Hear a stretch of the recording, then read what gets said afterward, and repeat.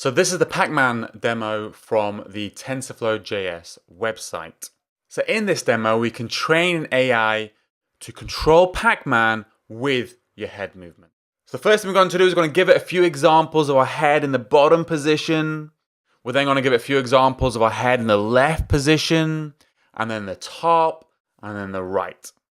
We then train it, and then what we're going to do is actually play the game by actually just moving our head from left to right. We're controlling Pac-Man. So this is an example of something called transfer learning. It's one of, I think, the most exciting parts of machine learning. And it's going to be one of the things you're going to learn about in my Introduction to Machine Learning with TensorFlow.js workshop. So this is a really, really practical introduction workshop for complete beginners.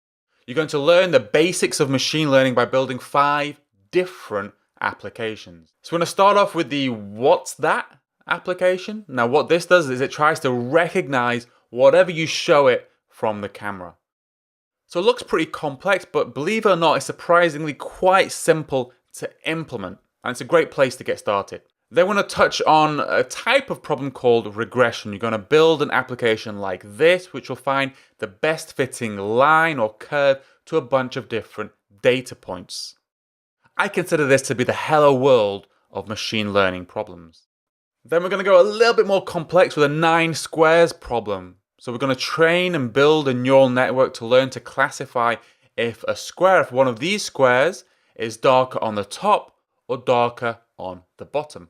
Then things get even more interesting. We're going to build and train a neural network to detect handwritten numbers.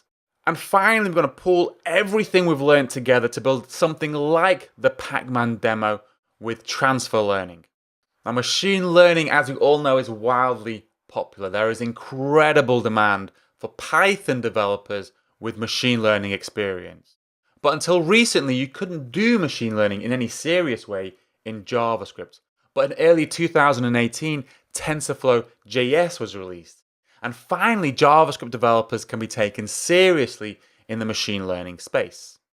So I feel very, very lucky that I discovered Angular very, very early on, before anybody really even knew about it. So when Angular became successful, I rode that wave to my own success.